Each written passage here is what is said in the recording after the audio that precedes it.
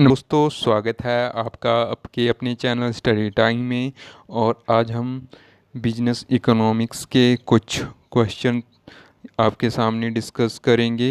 ये काफ़ी इम्पोर्टेंट है स्टैटिस्टिकल असिस्टेंट के एग्ज़ाम के लिए, और जो भी हमारे अपकमिंग एग्ज़ाम हैं, जैसे कि अकाउंटेंट का और ऑडिटर पंचायत का और जूनियर ऑडिटर्स का भी। वो तो खैर हो गया, लेकिन ऑडिटर पंचायत के लिए भी ये काफ़ी इम्पोर्टेंट क्वेश्चन है। तो स्टार्ट करते हैं वीडियो को। अगर जिस किसी ने भी हमारे चैनल को सब्सक्राइब नहीं किया है वो चैनल को सब्सक्राइब करें, और वीडियो को अगर आपको पसंद आए तो ज़्यादा से ज़्यादा शेयर और लाइक करें। जिसके साथ ही हम, अगर आपको अच्छी लगेगी वीडियो, तो हम इसका अगला पार्ट भी आपके सामने बहुत जल्दी लेके आएंगे। तो स्टार्ट करते हैं। Which is the synonyms of the business economics. तो इसका जो राइट आंसर है वो है मैनेजरियल इकोनॉमिक्स। नेक्स्ट क्वेश्चन है आपका, who is known as the father of modern economics. तो एडम स्मिथ इसका राइट आंसर है, काफ़ी इंपॉर्टेंट है। नेक्स्ट है, Adam Smith publish his masterpiece dash in the year 1796। तो इसका जो राइट आंसर है वो है an inquiry into the nature and causes of the wealth of nation. ये काफ़ी एक फेमस बुक थी जो इन्होंने पब्लिश की थी। नेक्स्ट जो है आपका क्वेश्चन है question number 4, the classical economics defined economics as. तो इसका जो राइट आंसर है science of wealth, option number C आपका राइट आंसर है। नेक्स्ट है, the definition of economics as a science of wealth had some merits, which of the following is not one of them. तो इसका जो right answer है वो है option number B, it concentrated only on the material wealth. Next question है, which of the following pairs show correct statement and related person। तो इसका right answer है, economics is the science which study human behavior as a relationship between end and secrets mean which have alternative use of। Robinson ने ये जो थी वो ये definition दी थी। नेक्स्ट क्वेश्चन है आपका, Leon Robinson published his famous book dash in the year 1931। तो इसका राइट आंसर है option number B, nature of the significance of economics. Next है, according to dash economics is the study of the how in the civilized society one obtain the share of what other people have produced and how the total products of the society change and determined। तो इसका right answer है Adam Smith.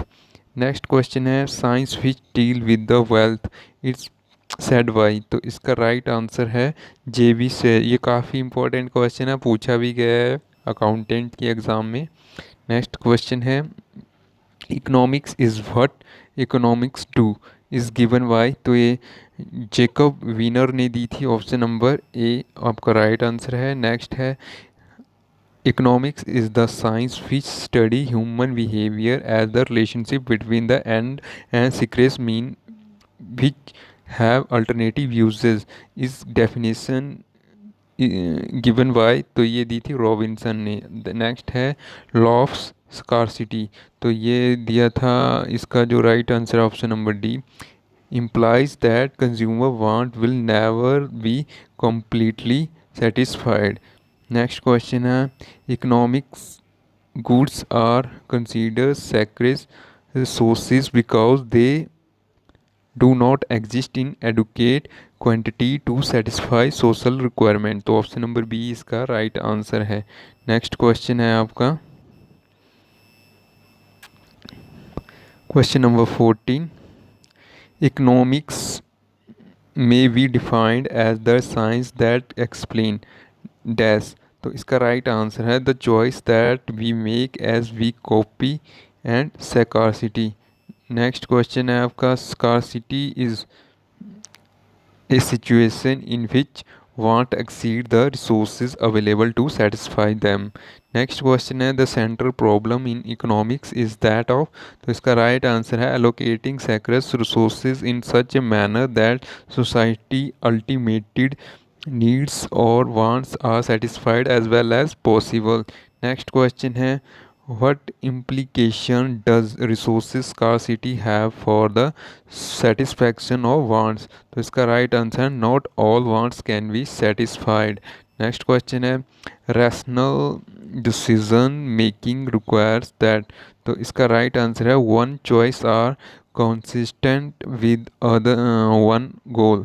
Next है आपका Robinson definition does not deal with.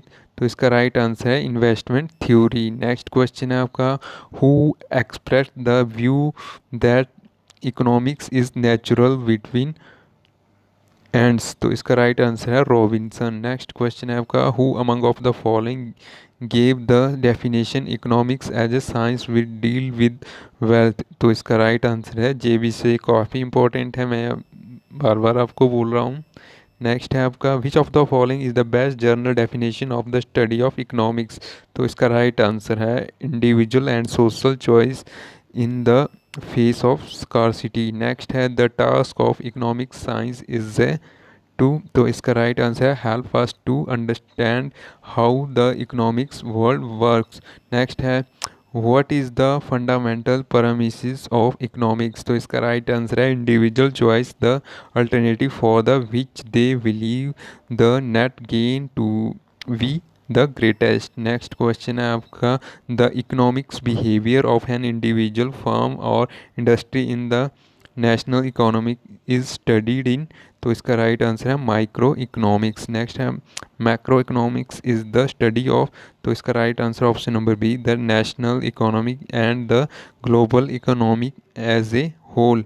Next question है study of how increase in the corporate income tax rate will affect the national unemployment rate is an example of the macro economics. इसका right answer है. Next है from the national point of view which of the following indicate micro approach. तो इसका right answer strict in BSNL. Next question है आपका dash study the economics behaviour of the large aggregate such as the overall condition of the economy.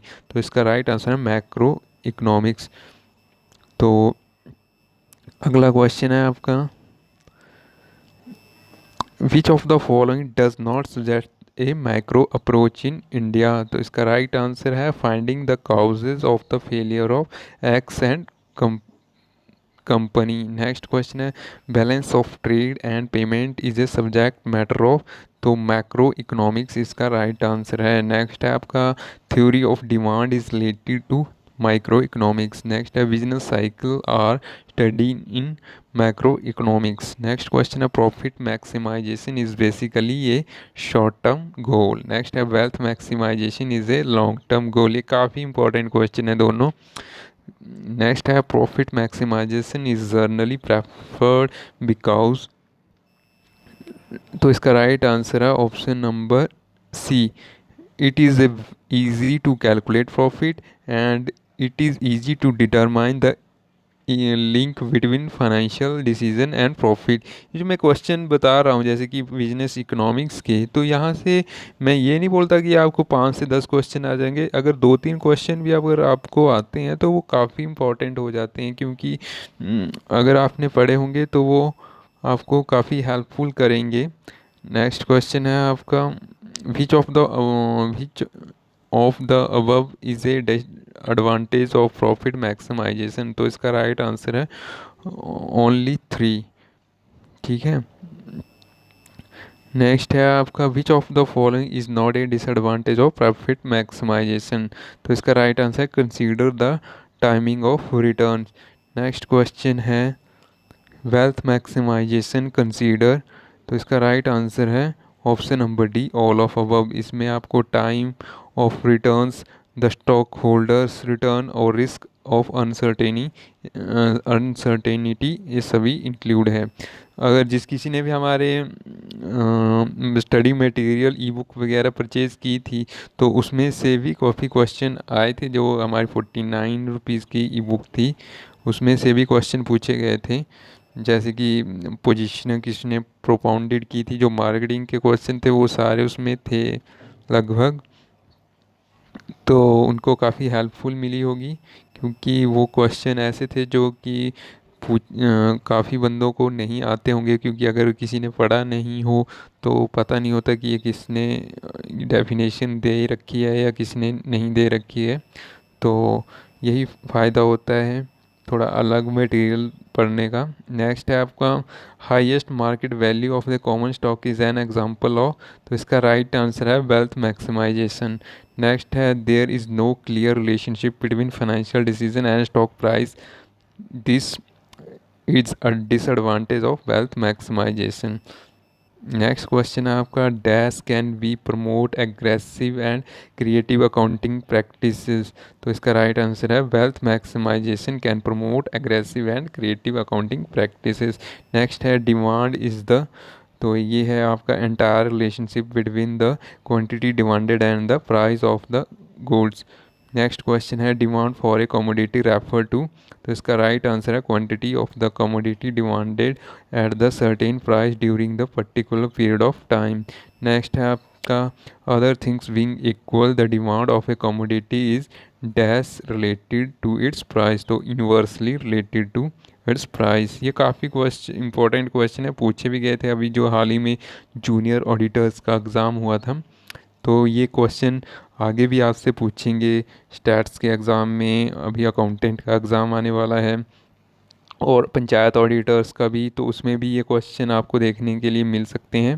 Next है आपका the law of demand implies that dash in the purchase and vice versa, तो ये है option number C, a rise in the price of the commodity bring about a fall. Next question है आपका the law of demand assuming other things to remain constant establish the relationship between the price of a goods and the quantity demanded। Next है the law of demand is, तो इसका right answer है quantitative statement. Next है आपका all of the following are determinant of the demand except quantity supplied. Next है आपका dash goods are those goods which are consumed together और स्टेमसली, तो इसका राइट आंसर है कम्प्लीमेंट्री गुड्स। नेक्स्ट है आपका which of the following pair of goods is an example of the substitute, तो इसका होगा, इसमें जो ऑप्शन दे रखे हैं वो सारे गलत हैं, तो इसका जो राइट आंसर है टी एंड कॉफ़ी, इसका राइट आंसर है। नेक्स्ट है आपका which of the following pair of the goods is an example of substitute, तो इसका जो राइट आंसर यहाँ पे भी सारे एक जैसे ही ऑप्शन दे रखे हैं, तो नन ऑफ अबव इसका राइट आंसर है। Which of the following pair of the goods is an example of complementary goods, तो टी और शुगर। वैसे ही क्वेश्चन एक जूनियर ऑडिटर में भी पूछा गया था कार और पेट्रोल का, तो ये कौन सी गुड्स हैं, ये कम्प्लीमेंट्री गुड्स हैं, तो यही तभी मैं बोल रहा हूँ कि ये काफ़ी इंपॉर्टेंट क्वेश्चन है। नेक्स्ट है आपका demand of for a goods will tend to be more elastic if it exhibit which of the following characteristic, तो इसका राइट आंसर है the goods has many substitute available. Next है आपका competing goods are also called substitute goods, ये काफ़ी important question है, आपसे पूछा जा सकता है कि सब्सिट्यूट गुड्स को और किस नाम से बोल जाना जाता है, तो कंपेटिव गुड्स इसका राइट आंसर है। नेक्स्ट है आपका income and substitution effect constitute the dash effect, तो इसका राइट आंसर है 56 का option number D, option number D इसका राइट आंसर है। ये माफ़ करिएगा इसमें अभी है नहीं, ऑप्शन दिखाई नहीं दे रही है, तो वो मैं आपको कमेंट सेक्शन में आपको बता दूंगा। नेक्स्ट क्वेश्चन है आपका वैन कॉमोडिटी आर कॉम्प्लीमेंट्स, तो इसका राइट आंसर है a fall in the price of one will cause the demand of the other rise. तो अगला क्वेश्चन है आपका वैन कॉमोडिटी आर सब्स्टिट्यूट, तो इसका राइट आंसर है a fall in the price of one will cause the demand for the other to fall. Next है आपका which of the following alternative is false, तो इसका right answer है tea and sugar, automobile and petrol, pen and ink are the competing goods. Next question है the price of a tomato increase and the people buy tomato puree, you infer that the tomato puree and the tomato are inferior goods. Next question है आपका, chicken and fish are substitute, if the price of chicken increase the demand of fish will be, तो इसका क्या होगा, increase हो जाएगी, क्यों, the demand curve for the fish will shift rightward. Next question है आपका, the demand for tea will rise and that of coffee fall if, तो इसमें right answer option number A, only A and 1 and 3। तो 1 क्या है, the price of coffee increase and the price of T decrease, क्योंकि substitute goods हैं। Next question है आपका 63, potato chips and popcorn are the substitute. A rise in the price of potato chips will dash the demand of the popcorn and the quantity of the popcorn will increase। ठीक है, तो option number A, the potato chips will increase the demand of the popcorn and the quantity of popcorn will be increased। Next है, which of the following does not influence the individual demand for the product। तो इसका right answer है option number C, state of production technology. ये question भी काफ़ी important है। Next है, apple juice and orange juice are the substitute in the consumption and apple juice and the apple sauce are the substitute in the production. If the price of orange juice dash or the price of the apple sauce dash, then the price of apple juice will be, तो इसका right answer है option number A, increase increase of the price of apple sauce increase, then the price of the apple juice will be increase। Next है आपका question number 66, if the factor which determine demand undergo a change then, तो इसका right answer option number C, the inverse price demand relationship में not hold goods. Next है आपका, if the income of the consumer increase then the increase in the price of the commodity may not result the decrease in the quantity demanded of it। तो option number A आपका right answer है। Next है आपका, if the demand for A goods is inelastic and the increase in its price will cause the total expenditure of the consumer of the goods to increase। Next question है, give the following 4 possibility which one result in an increase in the total consumer expenditure. तो option number D आपका right answer है, demand in inelastic and price rise. Next question है आपका, when total demand for a commodity whose price has fallen increase it is due to, तो इसका right answer है price effect. Next है, in case of inferior goods the income effect is negative. काफ़ी important question है यार।